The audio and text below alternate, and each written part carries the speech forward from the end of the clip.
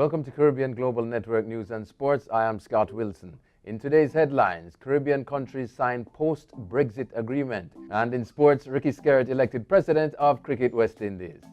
Caribbean countries sign post-Brexit agreement. Minister of Foreign Affairs and Foreign Trade, Senator Kamina Johnson-Smith, says Jamaica and 8 other countries in the region have signed an agreement to preserve existing preferential trade terms with the United Kingdom in a post-Brexit era, backed by UK Trade Minister George Hollingberry. The signing took place during the 25th meeting of the CARICOM Council of Ministers in Castries, St. Lucia.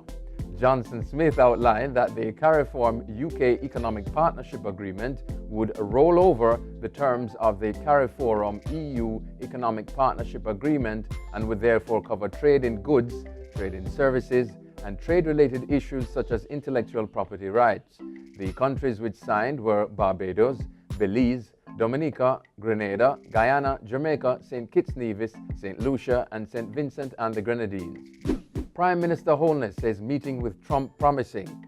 A few days ago, President of the United States Donald Trump met with 7 Caribbean leaders at his Mar-a-Lago residence in Florida.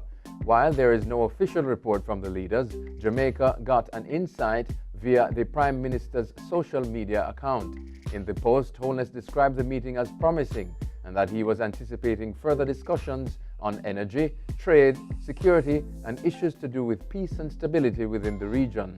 Holness departed the island Friday along with other Caribbean leaders to attend the Caribbean Leaders Summit. He returned yesterday. And now to sports. Calabar High probe intensifies. Sanjay Shaw, the Calabar High School physics teacher, who a few days ago accused 2 top athletes at the school of assaulting him and that the school failed to effectively discipline them, has added new accusations. He has now included the track and field coach in the allegations. He says the coach aided in fueling the behavior of Christopher Taylor and DeJour Russell based on utterances he reportedly made in the lead-up to the attack. According to Loop News, Shaw said that the coach made the utterances during a conversation with him in the presence of a student. He said the coach spoke disrespectfully to him and called him a derogatory name. The incident arose following a query the teacher made about the use of some of the cots that were normally in the possession of the track team. He wanted to use them for students in his physics department who were also on the camp at the institution. Physics teacher pushing for Christopher Taylor to be banned from Champs 2019. With Calabar High expected to defend their Champs title in a few days, head of the physics department at the school, Sanjay Shaw, is pushing for him to be banned from the event.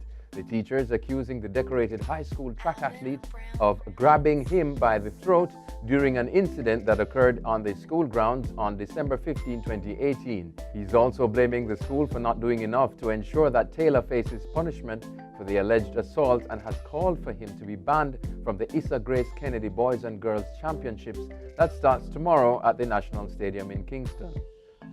Athletes will be allowed to run. Meanwhile, Vice President of the Inter-Secondary School Sports Association, ISSA, Keith Wellington, says that the Calabar High athletes in question can compete. Even if the teacher lays charges against the athletes in question, Christopher Taylor and DeJour Russell, the ISSA Vice President says that the governing body does not have any grounds to prevent them from participating at the championship. Ricky Skerritt elected president of Cricket West Indies. Cricket West Indies have a new president and vice president. They are Ricky Skerritt and Dr. Kishore Shallow.